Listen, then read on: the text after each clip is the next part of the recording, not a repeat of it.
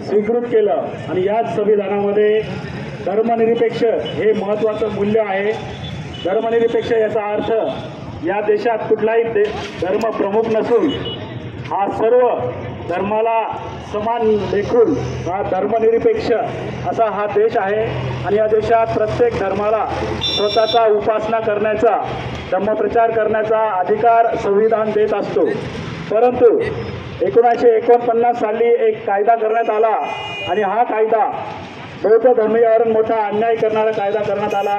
या कायद्यामध्ये 9 सदस्यापैकी 4 हिंदू म्हणजे जे बौद्ध प्रणालीला न मानणारे बौद्धांच्या अगदी विरोध असणारे तत्व मानणाऱ्या लोकांना 4 लोकांना 4 बौद्धांना आणि 1 जिल्हाधिकारी अशा 9 लोकांची समिती या कायद्यामध्ये स्थापन करून आजपर्यंत या बौद्धांच्या विहारामध्ये हे 4 अबौद्ध लोक आपल्या पद्धतीने पूजा करत आहेत आणि एक प्रकारे बुद्धांचा जो काही धम्म आहे विचारधारा आहे त्याला हेळसाळ करत आहे। या गोष्टीचा विरोध म्हणून आम्ही या शहरातर्फे या जागतिक जो काही राष्ट्रीय पद्धतीवर जे आंदोलन चालू आहे त्या आंदोलनामध्ये सहभाग घेत आहोत आणि प्रशासनाला ही विनंती करत आहोत की हे बौद्धांचं विहार हे 100% बौद्धांच्याच हातात असलं पाहिजे।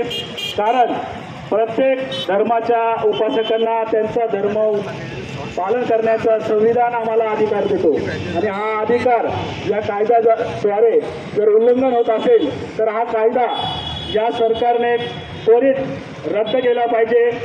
माननीय जे काही पंतप्रधान आहे जेव्हा विदेशात जातात त्यावेळेला हा भारत बौद्धांचा देश आहे असं म्हणतात, मात्र हे जे माननीय पंतप्रधान आहेत ते बाहेर जरी बौद्ध देश भारत असला असं म्हणत असले तरी ते दुपट्टी वागतात आणि अनेक वेळा खोटे बोलतात असं पण दिसत आहे। जर यांना असं वाटतं की हे भारत बौद्धांचं आहे तर हा बौद्धांचं जे काही मंदिर आहे ते महत्त्वाचं मंदिर आहे जिथं भगवान बुद्धांना बुद्धत्व ज्ञानप्राप्ती झालेली आहे आणि पूर्ण जगातले बौद्ध लोक या देशात येऊन या स्थळाचं या पवित्र स्थळाचं दर्शन घेत असतात। मात्र हे बौद्ध विहार बौद्धांच्या ताब्यात नाही आणि म्हणूनच हे मोठं आंदोलन आम्ही अहिंसक मार्गाने लोकशाहीच्या मार्गाने आपल्यापर्यंत हा मॅसेज देऊ इच्छितो की हे आंदोलन प्रशासनाने हा कायदा करावा आणि या समितीवर 100% बौद्धांचं असावं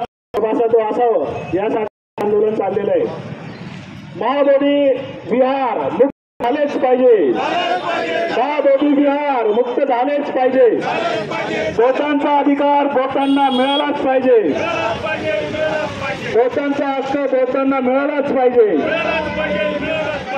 जय संविधान, जय भीम।